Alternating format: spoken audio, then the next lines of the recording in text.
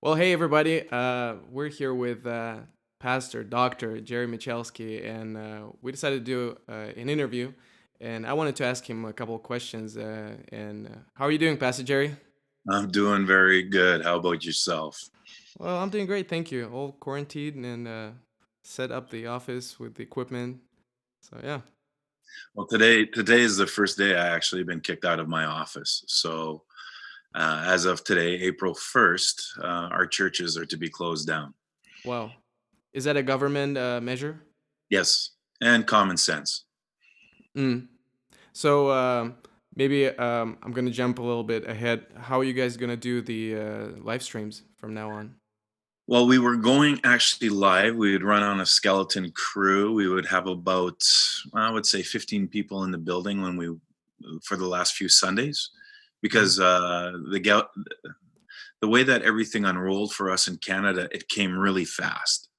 And so at one point, like 3 weeks ago, we were still planning on meeting. And then literally hour by hour, things were changing for us. And so, we were planning on doing communion. So then all of a sudden now, okay, we got to be aware of health. Are we going to do communion? Are we not going to do communion? If we do it, are we wearing gloves and masks? And do people come and do we serve? So, and then all of a sudden it came down to us is that any gathering over 250 was now illegal. They can only allow 50 or less. And so that just shut us down because our church is obviously bigger than that. So we just went straight live stream and did everything live. And it was on Facebook, and it's, again, off our website. And that worked. But now the mandate that has gone from, no more than 50 people to now no more than 10 people. So we have an official notice from our uh, government that says that we cannot have more than 10 people putting our live stream together.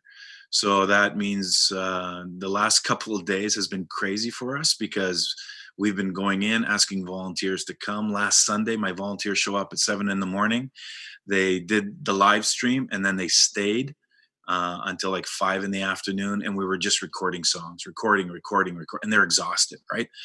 And then again, we did this last night. We did yesterday morning. I had people come in to record, and then last night we did our Good Friday.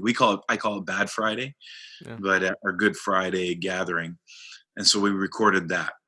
And then because we were under the impression that only one person could be in the building, and then we got clarification late last night and again this morning that we can have a maximum of 10 in the church to do a live stream. So now we're Right. every day you're changing, right? Yeah. And the funny thing is, I have to say this: the live stream is the least important thing. Hmm. Everybody's live streaming. The most important thing is community care and how are we caring for our people. Yeah. We'll definitely talk about this later in this interview. How do you feel? Like, what's the atmosphere at your home? You've been quarantined for how long? Several hours or? No, I'm awesome. Yeah. I feel soft, squishy, sometimes Yeah. itchy. Um, Oh. Good thing we're not sitting here face to face. Yeah. no, we're fine. Like I've been literally going into the office every day. I practice healthy social distancing. I keep people away from me. We have a sanitizer everywhere. We have hand sanitizer. We were constantly cleaning. We're cleaning the keyboards. We're cleaning the microphones. We're cleaning the doorknobs. We're cleaning the hand. Like our building is shut to the public. Like public can't come in. The only person that can come in is a delivery. But for the last 3 weeks you're practicing social distancing, you're using common sense. Right. And again, people, if a staff member said to me they had a cough or if they have a runny nose, I make them stay home. Don't come to work. I don't want to get Yeah. sick you Yeah. know And so does that mean that you have to stay at home I mean, nobody knows how long, right? well, that's smart. That's a smart Yeah. thing to do. Now again, my office is a 3-minute car ride from here, so I'm not Hmm. far away. I have one staff member that's in the building during the day, and she is the one who's my building manager. So if we get deliveries or whatever, she's just making sure we always have a presence in the facility. We don't want to get broken into, right? Right. And then I am on the number one response call. If the alarm goes off, I'm the first one to be notified. So if I want to go into the office, if I want to go get books, because I'm studying or whatever, then I'll do that. Okay. Other than that, though, I keep my physical presence basically limited to my family. Hmm. So it sounds like you guys been very much attentive to what's happening around, and Yeah, our province is one of the best in Canada. Like, really. yeah. So everybody else is still higher proportionally than us. We've only had one death. Huh. Fortunately, we have, I think, 4 people are in ICU as of today. But our province, is doing pretty good compared to the rest of Canada. So what about churches in your province? Were they ready for this? No, Because nobody's because ready. it's because it sounds like you guys are ready. I mean, you've been sanitizing everything. You guys, it sounds like you already have a plan. If something happens, then I'll do this. You have Okay. plan A, plan B, and so Well, forth. no, I have planned fly by the seat of my pants. That's Yeah. my plan. So you have to understand from day one when we planted the church, I was committed to flexibility, Mhm. and I realized I'm able to process fast and start thinking. And then when stuff comes our way, then we have to react. We have to talk. We have to communicate. We have to react. And how do we do? What are the important things? And how do we get that laid out? Some guys in the city, um, uh, one church in particular refused to close their doors when the city said no gatherings of over 250 people. Hmm.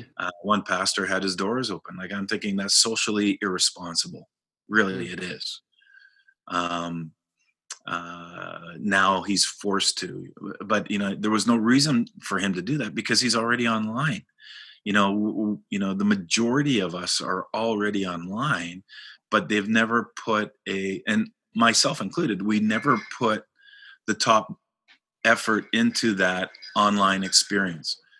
Um, we It was always something secondary, and so even Right. for us, the recording of music we stopped doing, and we just kept the message as our live stream and what's on the website because we didn't want to have to to mix it, to make it sound good, to do all that is a heck of a lot of work that we just don't want to do, and plus royalties and everything else like that.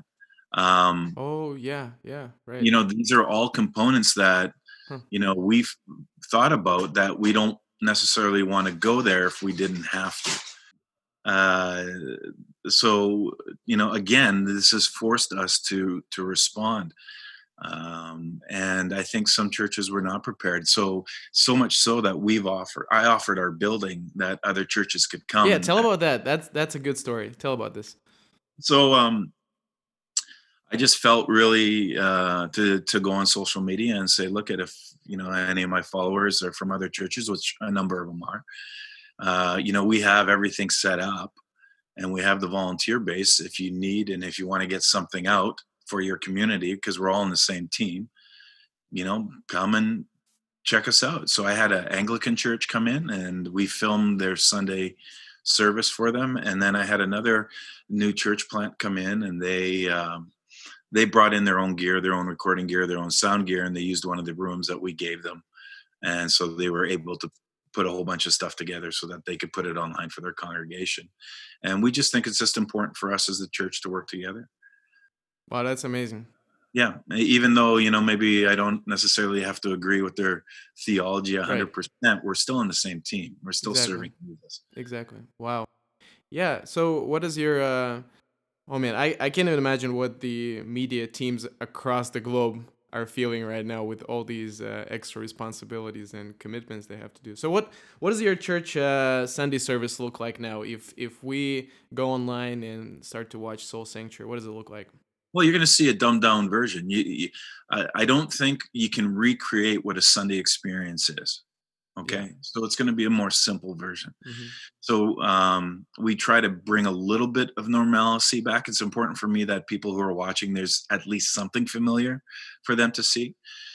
So they'll see the stage. We're not changing the stage. We're not doing anything like that. So that they know it's done at Seoul. So the stage is there. Simple music. Again, focus on prayer. Send your prayer requests to us. We have Hmm. interaction happening online. So there are people on computer prepared to interact with people, pray with them, right? While the gathering is going on, while the service is going on. So song, worship in the word. It's simple, it's basic. And lately I've been doing communion. And it's been really interesting to see people participating in communion in their homes. Hmm. And so that's for some, that's a theological construct that they can't get out of their head. Right. But how else do you break bread?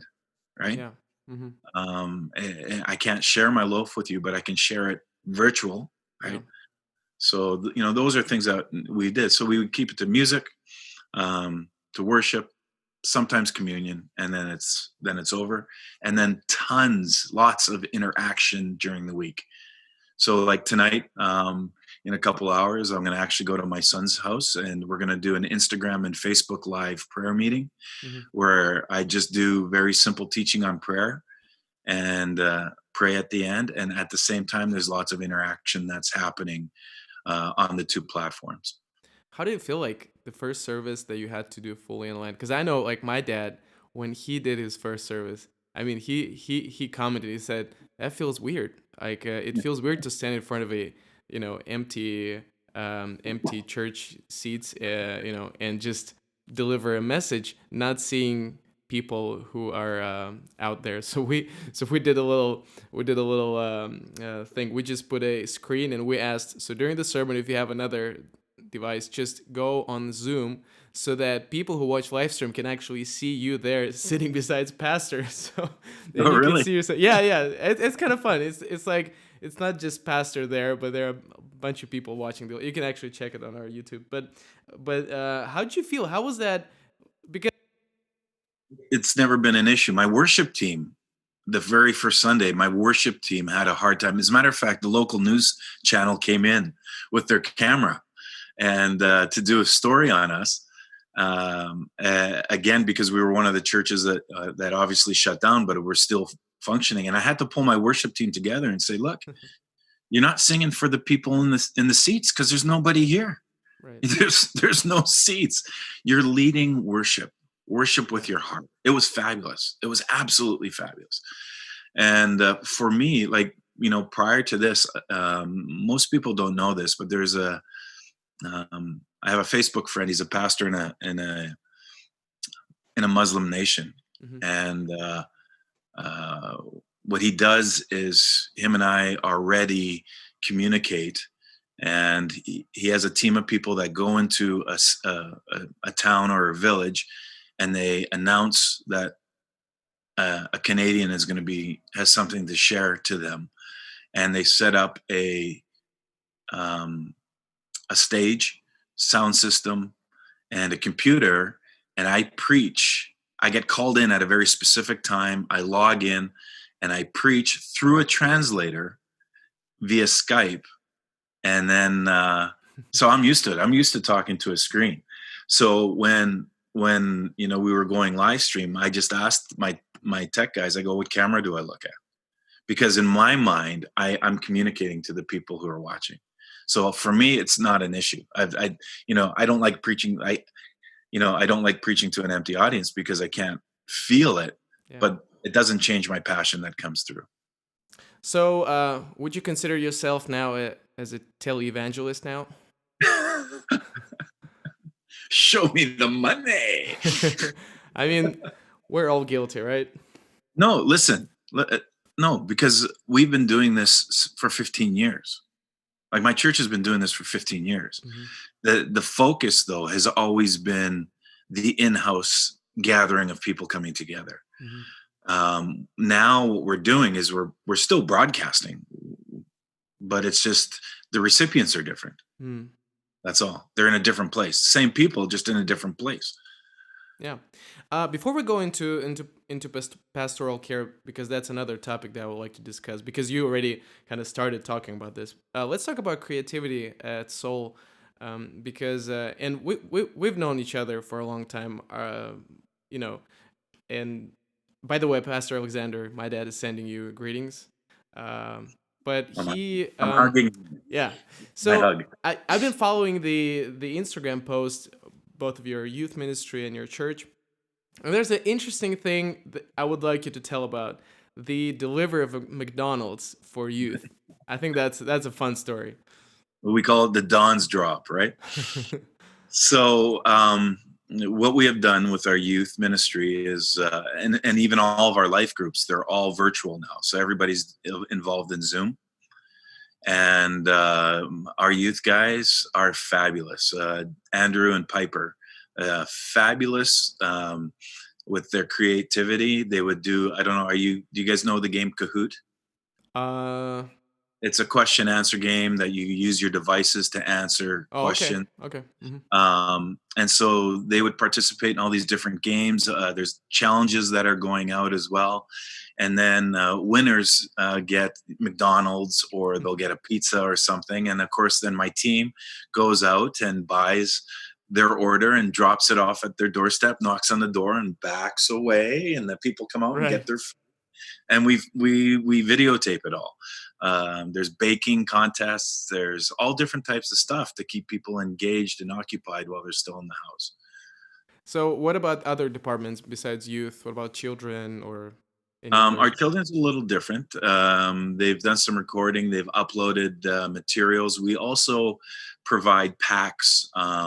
So families want activity packs for their kids. They just have to ask us, and then our children's ministry will put these activity packs together, go to the house, Hmm. knock on the door, put it at the front of the door, and then walk away. Hmm. Wait for them to pick it up, and then it's all good. Mm. So as a lead pastor overseeing these teams, what kind of dynamic do you see in all these different Oh, I departments? love my church. I'm proud of my staff. I have to encourage them to be creative and to think outside of the box. Hmm. It's things are different now, so we need to be different in Hmm. the way that we can't even physically touch people. So, how else do you connect, right? We are Hmm. created for connection, right? Not quarantine. We're created for community, not isolation. And so we have to be able to use all the tools at our dispersal Hmm. to be able to Right. connect with people. Yeah. Another thing that we're thinking of is, in some churches, one church tried it here in our city, but I think it's still too cold, is doing a drive-in church where we can actually set up a band and a platform out in the parking lot. And like, our parking lot's huge. So Right. cars can then drive in and park. My only concern with that, number one, it's cold. So not only do we have corona here, but we have about 10 to 20 centimeters of snow coming tonight. Um, Add to that, we're in the middle of a flood warning. So the major rivers in our area are now on the rise. No. And depending on how much, like, the water actually flows up from the United States, which is really interesting. Hmm. And they've had a lot of snow, so we're under a a flood watch Wow. as well. So we kind of got all these different storms hitting us in different ways. But how do we make the best of it, right? Right. So just it's I think it's a perfect transition into our next topic about the pastoral care. As a pastor, how do you serve people? Because you said that it's not about live streams. It's about taking care. Hmm. This is it. My Hmm. phone, right? So literally picking up my phone. I've had one of my staff members go through all the people in our church, and we assign everybody. Right now, I'm just at about 6 or 8 people, randoms. Oh, I just got my staff member who's actually been tested for COVID just responded, and she's negative. Oh, okay. Praise the Lord. So I have to respond to this. Hang on. Sure, sure. Thank you, thank you, thank you. No, this is fabulous. We've been waiting for a couple of days. So again, follow up, always being there for people, always asking, hey, how you doing? Is there anything we can do for you? Do you need groceries? So we've gone out and gotten groceries for people. The people that we serve right now aren't desperate. So I'll ask a simple question like, can you e-transfer money? So I'll ask one of my staff members, here's a list, can you go? They'll go get the groceries. The people would e-transfer them what they spent, and then we would drop the groceries off, right? Hmm. Because some people are in quarantine, they've been on holidays and they're not supposed to step out of their house. Other people don't want to take their young kids outside. I respect that. Others are immune, have immune issues, and so that's one way. But it's the phone calls. It's the phone calls are the most important thing, and making sure that we're spending time. So I'm talking to people that attend my church that I've never met before. Really? Yeah, and it's great. Everybody's surprised that the pastor is calling them. Right? Well, that's my job. Mm-hmm. Like my Right. job's to Yeah. Yeah. connect with people. So it's important. It's so just phoning, making sure you have a very clear list. Every ministry leader has to phone everybody in their department, Mm-hmm. right? So it's constant contact. Going on social media, private messages. Hey, how you doing? Just thinking about you. Anything I can do for you? Do you have any prayer requests? We then take all the prayer requests and we put them together and we share them together in a app called Slack. That's just for us as pastoral staff, and then we can pray through them as well. Awesome. Has there been a church member that been reluctant to the whole online connection and stuff? Do you want me to be honest? Is that what you're asking me? I'm glad this is going to be translated into Russian. I'll tell you that much. There will be an English version, and I'll make sure this is. I'm pretty sure if this clown is watching, then he knows my honest feeling. How's that sound? Well, we know So that one dislike on this video is going to be from him. okay. So what happened was when the government said you can't gather of 250, we had to send out an emergency response to everybody to make sure that people didn't show up on Sunday.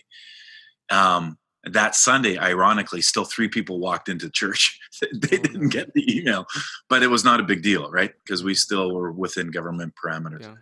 But I did get a response that was quite troubling. Somebody saying that we sold out to the government and that we weren't people of prayer and we didn't use the discernment of the Holy Spirit. And I couldn't believe. So I shared the email with all my leadership. I crafted what I thought was a very tasteful response to a very stupid accusation. And on my leadership team, I have 4 medical people. I have 2 doctors, the head of the paramedics of our province, and a nurse. People who are on the front lines of what's going on, and they see the seriousness of maybe that we don't see. And I listen to them. I listen to them. So the weight that I put on their opinion is very huge. And so we made a decision collectively as leadership to do what we felt was to support people, to support by not gathering together. It's not supporting the government; it's protecting the vulnerable. Yeah. And that's what we decided to do. Was it difficult for us? Without question. Mm. Was it necessary? Without question. Did people not like it? It's not my problem. Mm-hmm. Not my problem. Yeah, there's a phrase here, um, and not my monkeys, not my circus. Mm-hmm. It's not my problem. And if you don't like it, that's fine. You don't have to come. You don't have to log in. But at least give me a response to what I said to you. As a matter of fact, 3 weeks later, I'd love to know what your response Yeah. is because you're probably sitting in your house right now. Wow. Sorry, it fired me up, got me angry there. So let's move on to a whole opposite realm, anxiety, because here it's a totally opposite problem, pastoral issue here. So how, I don't know if you have encountered it during this season, but how do you work with people that are anxious? And I know you had great sermon series on depression and anxiety, and you've been kind of raising awareness already in church. But now that you have a real threat and situation that is getting out of control, how do you as a pastor deal with anxiety? Well, I think I go back to number one is the contact, right? I think making contact with people. The phone call is the most important thing. That people know that you're there, that people know that you're available. For us as a church, it's really important that people are connected in the life groups, right? Hmm. So even like I have two life groups that I host, and one of them is for married couples. The other one is all young adults. Um, there are married couples that are struggling with anxiety, and at least they're honest.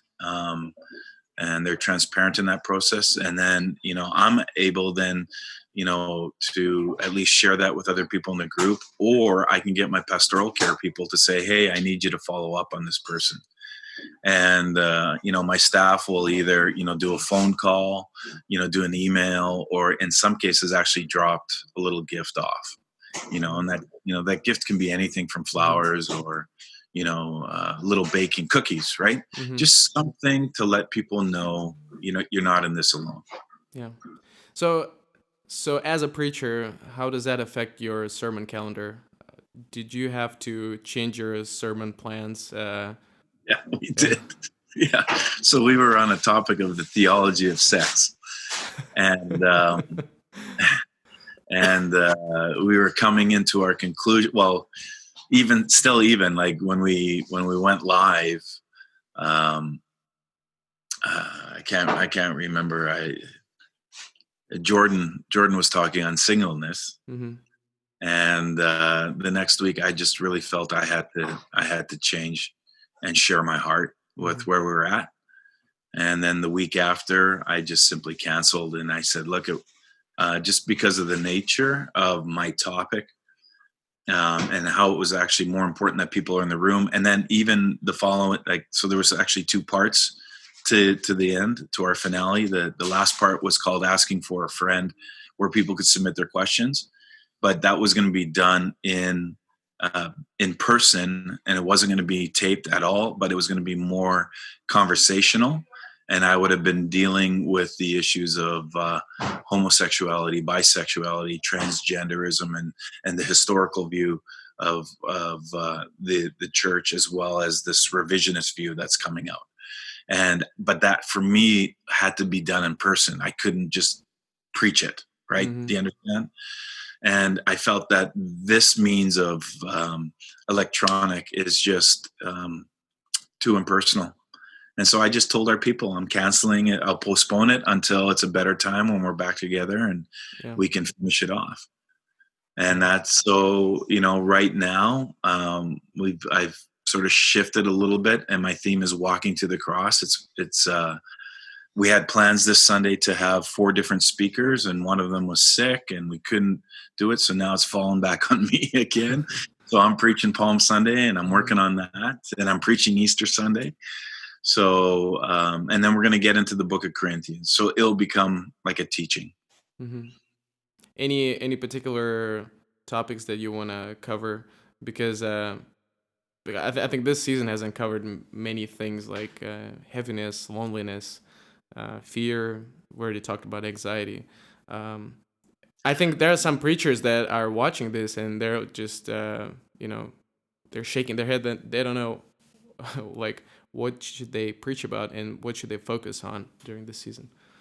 Well, I think that that's part of the stress that falls on the pastoral component. Mm-hmm. So, what do we do? What do we do? Pick a Bible and walk through it. That's traditionally what we have always done here at Seoul. We've picked a book of the Bible, and we've always walked through it. Sorry, we're talking about more like an expositional approach, right? Totally, Mm-hmm. totally. Because as you do that, it begins to address all the issues in which you find yourself. Mm-hmm. Right? Mm-hmm. Again, I felt that I had to talk about where is God in the storm, Mm-hmm. because we're all in this storm. I had to address Mm-hmm. where we're at. So I had to talk to our people about where we're at. I have to come across as encouraging, Mm-hmm. as saying, look, we're in it together, but we're going to get through it, just like any storm. Like look in Matthew Matthew 14 or Mark chapter 4 with Jesus in the boat, fantastic stories that we can relate to that maybe our people need to hear, Mm-hmm. right? And how does Jesus respond? How do the disciples respond? How should we respond? Mm-hmm. Storms are always going to come. We're always going to be in them, but there's always an end. The rain stops, the snow stops, the flood stops. There's always an end. This coronavirus will stop. Right. And so we need that hope that there's always going to be an end. But what do your people need? That becomes the question. And the only way you're going to know is if you pick up the phone and you start talking to them. Yeah. Right? And I'm so fascinated by the fact that Easter is coming up, and Easter is, I think, the most supernatural story that we have in the Bible that I think is what is gonna have a whole another level of meaning during this season, during these times. I don't know, like There's going to be 2 Easters this year. There's going to be Easter for us. It's the 12th of April. Yeah. And the next Easter will be when everybody can come back together and we can celebrate as a church. That's good. I like that. Right. I like that. So what are you guys' plans on for Easter? How are you guys going to do this? What we're doing now. What can I do? Right. Yeah. Again, we can get more creative. We can do we've talked about doing different creative broadcasts and, maybe doing stuff from my house or on the roof of the church or, being creative. And that's all fine. The creativity is great. Mm-hmm. I just want the message to get out. Mm-hmm. So what we're finding is our viewership is going through the roof. And so what we're asking our people to do is when you log on, to invite people to watch. So with the Facebook, right, you could do a Facebook watch party.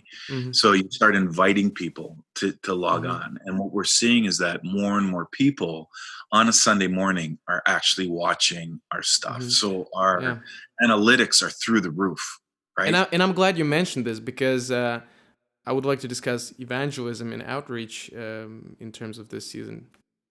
Mm-hmm. So, Like I invite my non-believing friends on Facebook and I love watching them. So I'm in my office when the live stream's on Facebook and inviting all these people, right? Just and I'm watching them come on and they're watching. Mm-hmm. So and I've said this for years now, people's entryway into your church is through your online experience. Mm-hmm. They're going to watch you online before they show up in real life. That's good. Mm-hmm. Right? So give them the opportunity. In terms of community outreach, what do you guys do as a church? If there's anything. Well, again, you're in lockdown. Yeah. Right. So we're making ourselves available. We've told our people, if you know of someone, as someone who's struggling with anxiety, somebody who's struggling with depression, if they're willing, have them call us, have them email us, have them direct message us, and we will contact them or give us their number, providing they're willing for that, so that we can do that. So, earlier I was on another Zoom call, and so case in point, there's a person in our church. They haven't been coming very long. They just lost a baby within the last couple of weeks.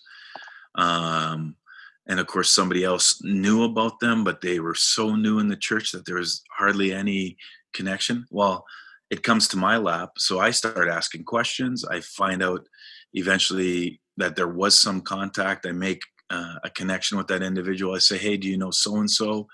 And they say, yeah. I said, can you get a hold of them and tell them I'm looking to get, to talk to them? Because I understand that they've gone through some trial. Yeah, no problem. Next thing you know, I get their phone number and I call. Now I've called a few times, left messages. They've never responded. Right. But today they've called back. Wow. So, now when I'm off the call with you, I will go phone this family and follow up. What do you need? Yeah. Right. I'm healthy. I can get you anything you want. And if not me, I can get somebody else in our community that's willing to serve. And so we actually have a list of people who said, "Look, we're healthy. We can do whatever you need. Do you need us to pick up people and take them for a ride from one place to another? Do you need us to get groceries for people? Do you need do you need us to contact people?" So we also have people who will phone other people in our community. What do you think the first Sunday at Seoul will look like? Oh, it's going to be a party. It's good, but again, it's going to be a party within government regulations, right? Yeah. Because we don't know 1 week from the next, and so like we always serve coffee. We provide free coffee in the middle of our gathering. I don't know if we're going to be able to do that, right? Hmm. I think, is social distancing still going to happen? Does that mean I have to set up all the chairs 6 feet apart, which Yeah. could be a possibility? Hmm. That I would have to even limit the amount of people that come in to each gathering. So the fact that as soon as the restrictions come Hmm. down, I think it'll be a party. People are waiting to get back together. Really? That's Yeah. interesting. Do you think that something shifted in people's understanding of fellowship during this time? I think people have realized how much they need each other. Really? That's amazing. We've been so here's the crazy irony. Hmm. We've been so focused on our phones. We've been so The one thing I never hear when I ask somebody is, when I say, "Hey, how are you doing?" And people would say, "Oh, I'm so busy." I don't hear that anymore, right? Because they're stuck at home. Yeah. And the other thing is they're either on this video screen or they're on their phone all the Hmm. time. And I Hmm. think after a while, you just it's just too much. Yeah. Yeah. And I just want to be with somebody. I think that's great. I think that me too. As I'm imagining our first Sunday after quarantine, I think we would even need to, I don't know, people will probably won't leave the church for 10 hours after the church service, making sure they connect with everybody. Of course, You yeah. are going to see people hug that have never hugged before. You're going to Yeah, yeah, right. Right. Like, I'm not a hugger. Again, like, people know me, but I've made the statement that when this thing's over, Yeah, I'll start taking up hugging. yeah. Oh, it's So just, yeah. And even like during our Zoom meetings and our church chats, and everybody's like talking, interacting. Oh, I love you all, guys. It's as a pastor looking at this. Of course, it makes me joyful. Of course, the environment and the context in which it's happening, it's not as joyful. But so, what will Seoul like? Maybe just not the Sunday service, but in general, what do you think? What's gonna be changed in Seoul after the pandemic? What's gonna be different? What do you think? I have no clue. I want people to know that's a place where there's Mm-hmm. worship. There's a place where people can Mm-hmm. be prayed for. It's a place that we believe in a God who shows up, right? Mm-hmm. A God that's still active in meeting and hearing the cries of his people, and a place of encouragement and healing. A refuge, repair, and rejuvenation is what we call ourselves, right? Mm-hmm. Um, we're the church. Right. We're still the church right now, Right. just operating in a different way. Mm-hmm. So what I'm hearing is that there's no major shift in your ministry approach. No, I'm not It's worried about just. it. I go with the flow. Mm-hmm. Let's talk more globally, because I think the social media and just made everyone so close. I mean, I'm in Moscow right now. This is my Russian prayer bracelet right here. This is Yeah, given by your dad, just so you know. yeah. So I'm in Moscow. You're in Winnipeg. Winnipeg, Yeah. and that's great. So what do you see? Do you see any trends right now in the global church? What's changing? I mean, maybe in Canada, in North America, what are some of your observations? What do you mean by change? I don't know what's happening with the church. Like, where are we going? Well, I think we're more pronounced now than we were 3 weeks ago. In terms, like, what do you mean by pronounced? I think people have pulled up their pants and realized, wow, we need to be reaching people. I Mm, think what has happened is prior to COVID and the shutdown is everybody was so, and when I say everybody, I'm talking Christians and non-Christians alike. Everybody was so preoccupied with their sports world, their distractions of everything else. The church was always last. Even amongst Christians, it wasn't all that important. What does it really mean? Well, now we see it. Now we see the importance of coming together. Now we see the importance of biblical teaching. Now we see the importance of worship. And not only that, we see the importance of it corporately, never mind sitting behind a screen. And so we long for that aspect of being together. Again, we're created for community. And I think that has probably been a wake up to a lot of people in our world. Um, and again, I watch, because of social media, I watch what's going on in other parts of the world, and I still shake my head, like in Russia, that it's taken so long for you guys to clamp down.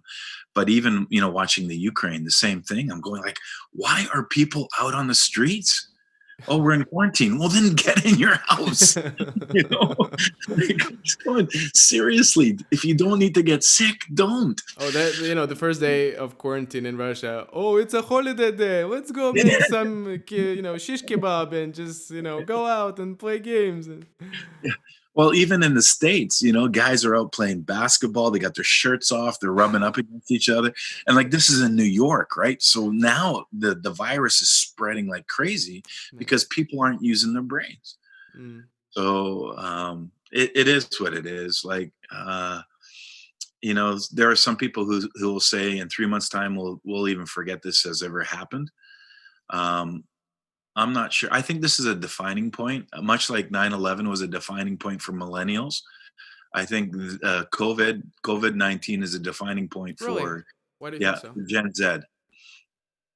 So why do I say that? But yeah, it's just things like Because the that world would things changed. like that wouldn't happen. The world's going to change. The world changed after 9/11.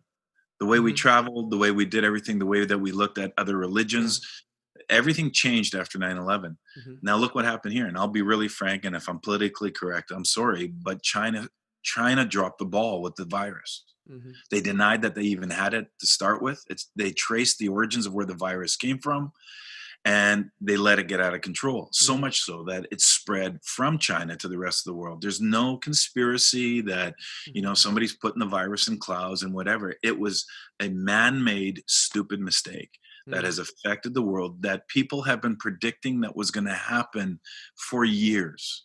So this is not God's judgment and God's revelation. This is man's stupidity in a sinful world.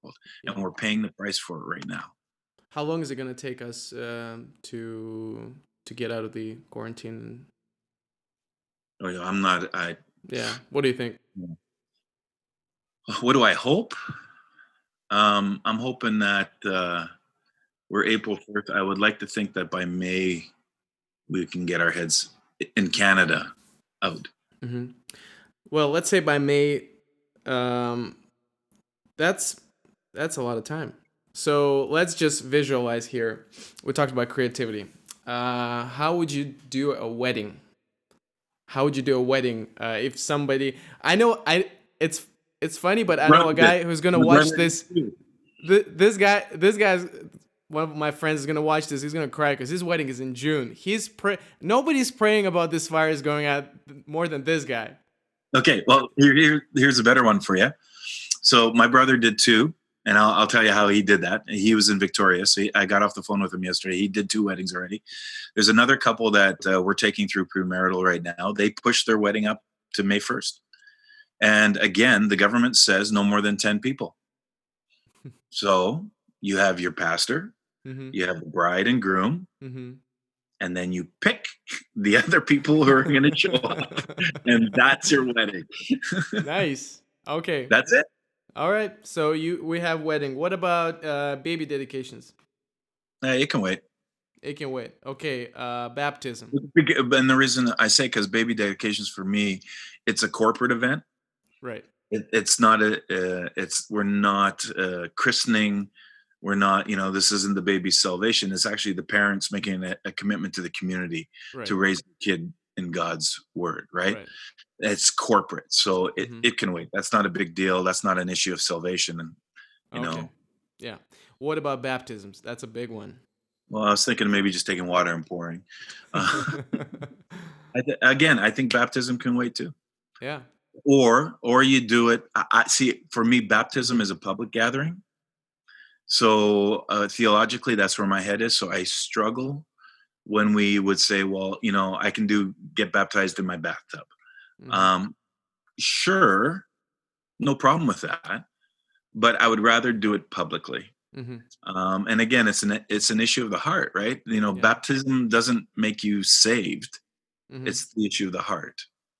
And when you're making this commitment, you're going to commitment to be obedient to the teachings of Jesus. Hmm. Like the thief on the cross, when he died, he wasn't baptized; he still went to heaven. Hmm. So, I think we have to look at it that way. Hmm. Well, can one use the same argument against taking communion separately? Well, again, communion is a very interesting. It's a fine topic because of how people approach the theological significance of the table, Hmm. right? So the Anglican Church that we videotaped in our building refused to do communion online Hmm. because of how they view the emblems, Hmm. much like the Catholic Church Hmm. themselves. For me, I think it was just important that people broke bread with their families around the table. Jesus did it with 11, 12 other guys, right? Hmm. Why can't we do it with our own family? And Hmm. I lead it, from a virtual experience. Yeah. Well, Pastor Jerry, thank you very much. We had a great time. Just good conversation here, and I'm pretty sure that people may still have some questions, and maybe they can write in, I don't know, YouTube Oh, commentaries or just you know yeah. what? If you no no here's it. Is they have questions. Let's you take all the questions and we'll do it again. It's not like I'm going anywhere. You're not Right. going anywhere. Yeah, it's quarantine, Okay. right? I So mean, let's do it again. yeah, according to your prognosis, we're here till May. I mean, Exactly. how many interviews we can make, right? Well, anyways, thank you very much, Pastor Jerry, for your time. It was great. We hope that you stay safe. And hello to all my Russian friends. Yeah, greetings. By the way, greetings from Russian assemblies, Ukrainian assemblies of God, our churches, our Yeah, pastors, I'm and I'm really disappointed. I was supposed to take a hockey team to the Ukraine, right. So when are you and guys coming? well, we've tentatively rescheduled for November. We haven't booked our tickets yet, but the arena, the ice complex in Lutsk, I think they booked that time. So if everything works according to plan, we're going to be taking a team in November, and our hockey jerseys look Really? amazing. I hope that it's not one of your jerseys, the older team. Oh no, no, I No, don't. no, I no. don't use my Not Saturday gonna morning. say it. Not gonna say These are it. Yeah, these are okay. Team Canada jerseys. They're No Team reds. Canada. No Yeah. reds. The Russians would like him because they're red and white. But Yeah, yeah, for sure. All right. Thank you very much, Pastor Jerry. be blessed.